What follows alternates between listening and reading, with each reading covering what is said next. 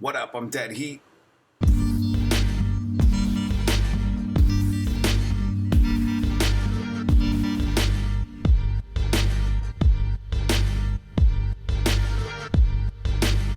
When I first fucking started producing, I always envied the people who've been producing for a while that had that ear.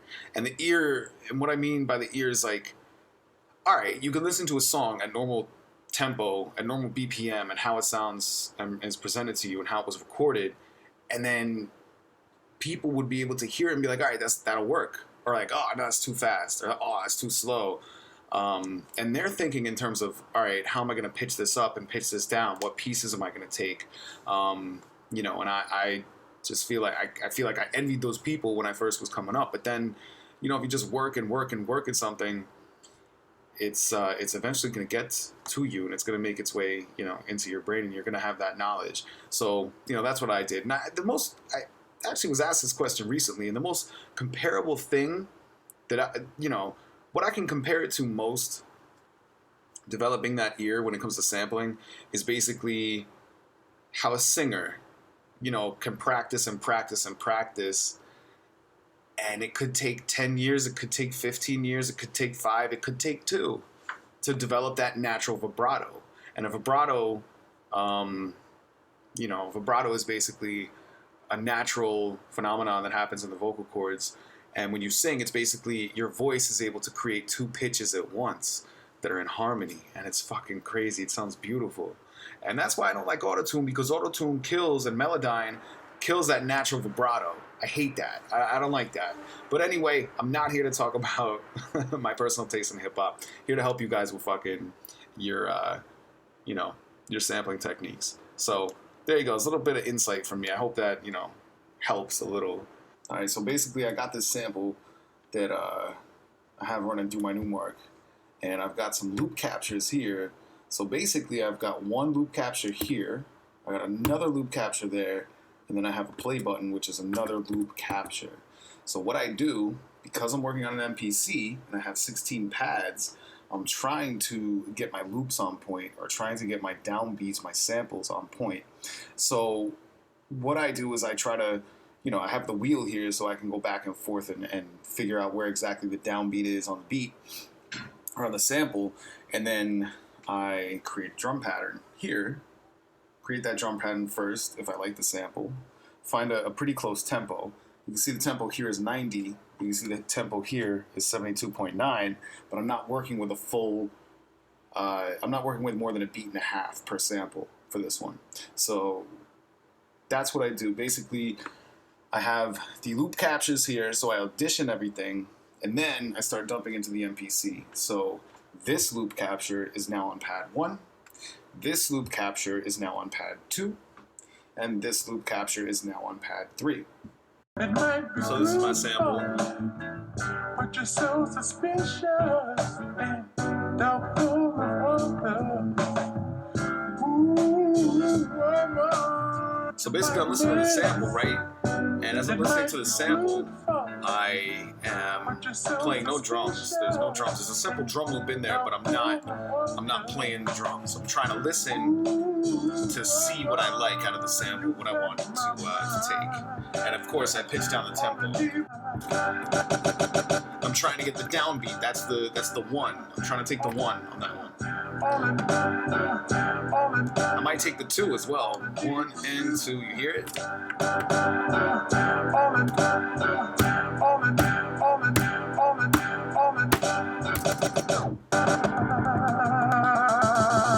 if I go back like this, I can pinpoint exactly where that downbeat is. You hear it, it's on the snare. So you might notice that I'll play the sample like 5 or 6 times when I'm recording it into the MPC, and that's because I want to basically know exactly where it begins. And it's a reminder for me, because I'm sampling a lot. I'm sampling 3 different things usually at once, sometimes a lot more, and then I'll dump it out into my pads. So for me, it's a way to keep track and figure out where exactly I wanted to cut it. So it's a reminder to myself, basically, and repetition is key, at least in this in this case. So what I do now is I got 3 other samples on top of the first 3 that I put. I actually put 4, but I didn't show you the 4th one because I'm not sure if I'm going to use it. So I'm going back. You never know what you never know what you might. See what I'm saying?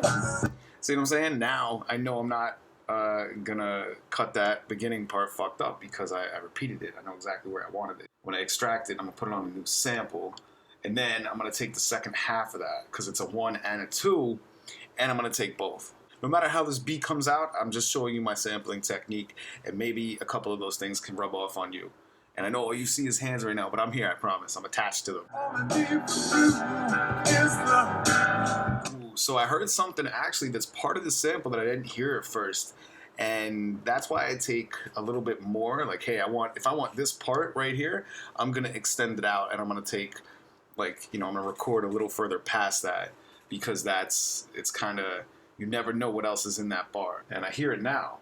And just to be cautious, I'm taking that part too, and then I'm going to start a little bit further up because I might be able to work with all these sounds. Again, mapping out what I did here on these 3 sample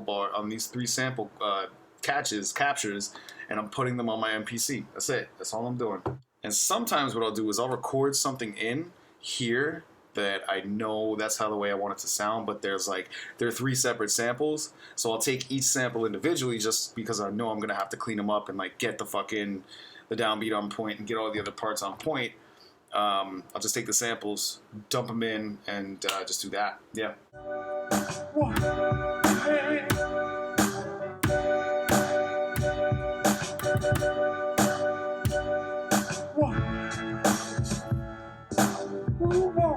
All right, so I like that. I like that sound, and I'm building. So you see me auditioning, like I like that sound. I have another sound from very early on here on the top capture, and I'm basically working to see if that's how it worked with that. If I had gotten other samples and shit, I would just basically play them for my pad and audition them like that. So I can play those for my pad. I can hit pause on this, and I can just boom. All right, there's a sample here. Does it work with that sample there of the same song?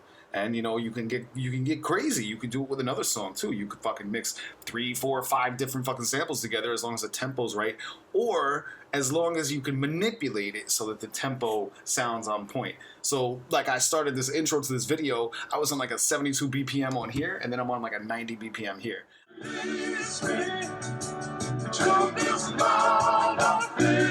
we're back to the hook. So I'm gonna do this so I have a good placeholder.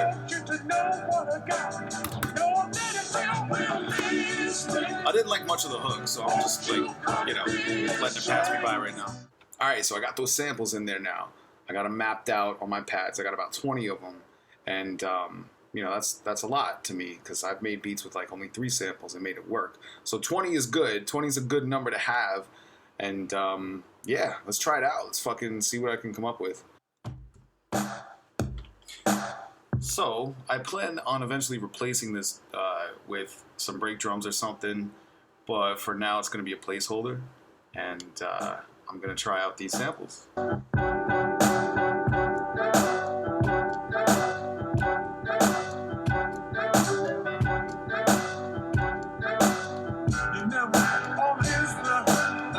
I have a template that I set up to basically keep me rolling and keep my workflow going within the MPC. So create a template on your MPC if you haven't already. And I have basically 9 different programs set up, so I don't have to go, drum program, all right, program edit, make it mono, fuck with all that.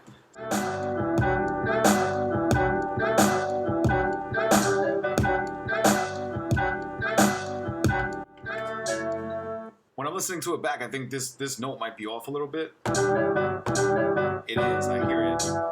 So I'm gonna go to sample edit. I can hear it stuttering just a little bit, so. I'm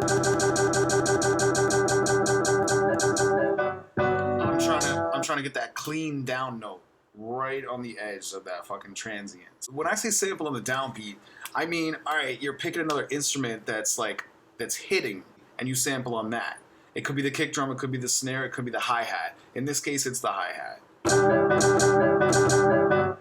how much better that sounds already? Shit. All right, so now we're gonna play it with the cut, with the edit.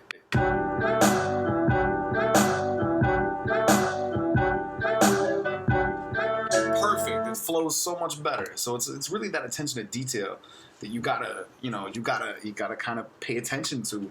It's a highly detail oriented fucking thing, making music, especially producing and sampling.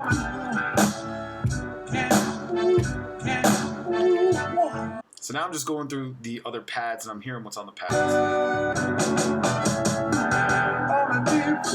And I'm thinking I want to do something with those pads.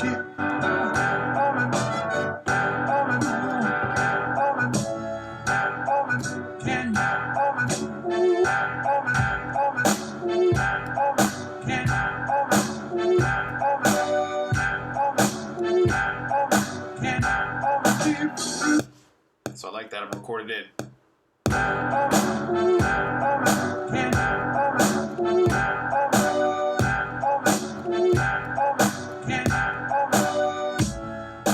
I didn't like how I ended that. I tried to I'm just going to edit that note out. If I can find it.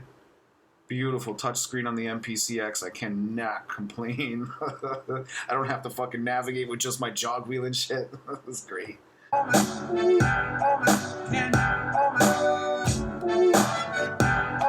Just want to make sure that that is not the same situation as the other note before.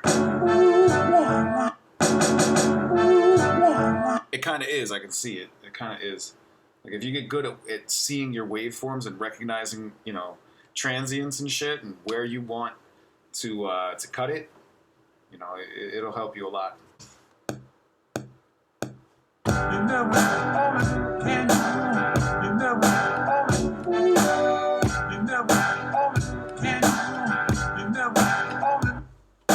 Alright, so I left that last part open because I think I want to change how that last part goes. I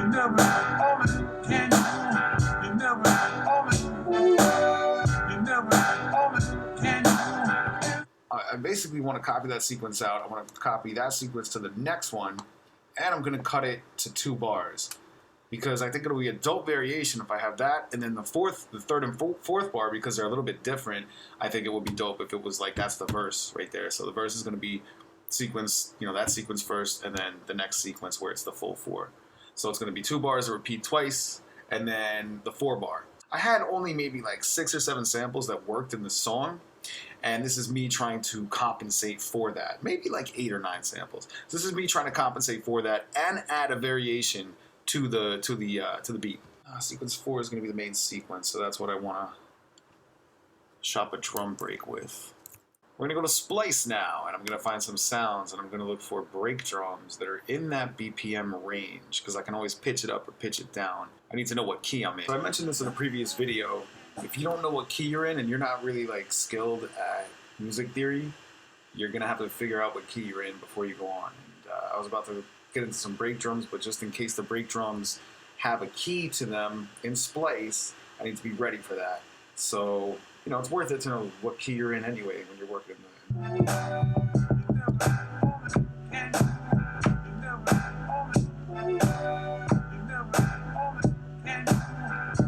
What's this?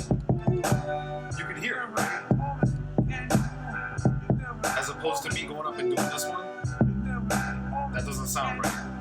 That doesn't sound right either. Neither does that. Alright, so it's going to be the key of A.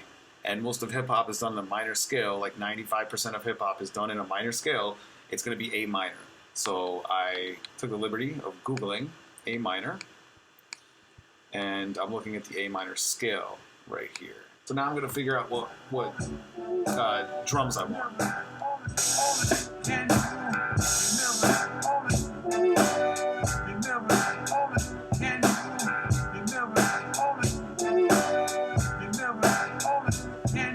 That's it. That's the one. That's totally the one. I like that. It's soulful.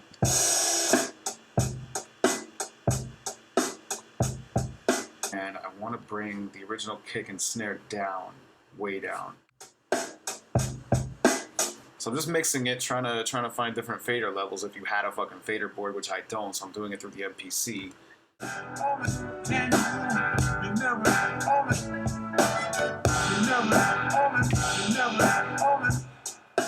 Alright, so I wanted to give the break drum a little bit of a rest at the end of that bar because I know that's going to be my second sequence in the hook. That's gonna, I mean, in the hook, in the verse. That's gonna be the second sequence in the verse, and that's gonna lead into the hook, is what I'm saying. So I kind of want all those instruments to drop out at that last half a bar. So I'm gonna program that real fast. Here's the thing now. I don't know if I want to keep the original drums in there and tune them into the same key, or if I want to take them out entirely. I think it'll be dope because it'll add a different layer to it, and I think this beat kind of needs layers. All right, so I think they're tuned. I think that's good. Next thing I want to do is add some bass, and I don't think I want to play the bass out. I kind of want to use the bass sounds that I have in here. I have a whole library of sounds basically in the MPC. All right, so I got a bass, and now I'm going to tune it to the key.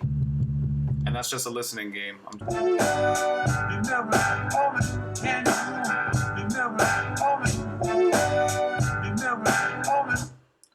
Alright, so I think I have a decent pitch now to it. I'm going to turn my 16 notes on. I'm going to go to tune. I'm going to put my original pad on probably 4. Because I don't think I'm going to be going very much lower than that. That's going to be my lowest note that I play. So I want the other notes to be higher than that in terms of pitch. So... yeah, so that's set up now.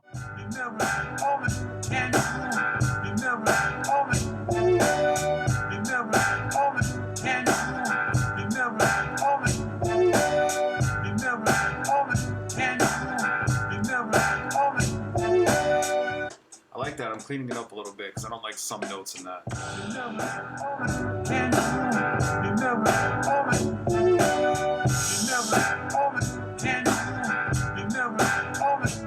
I think I'm also going to add a little bit of reverb to that bass so that it's a little further back in the mix. So now I'm just tightening up my drums and making sure everything's good. Yeah, that's it.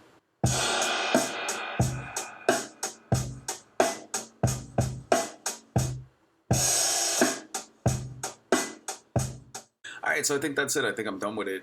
I hope what I talked about has made you become a better producer in terms of sampling, or maybe you can adopt some of these things, add them into your bag of tricks, and yeah, just run with it.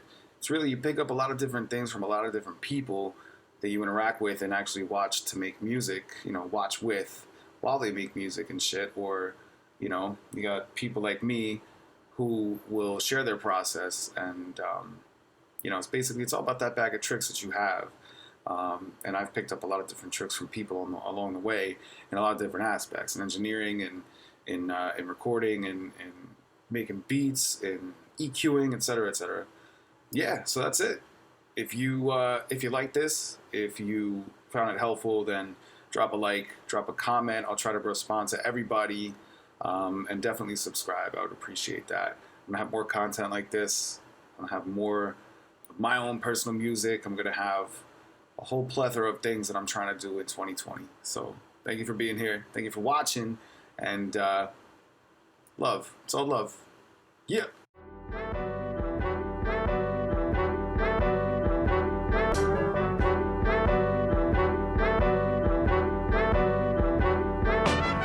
You never on it, can you? You never on it. You never on it, can you? You never on it.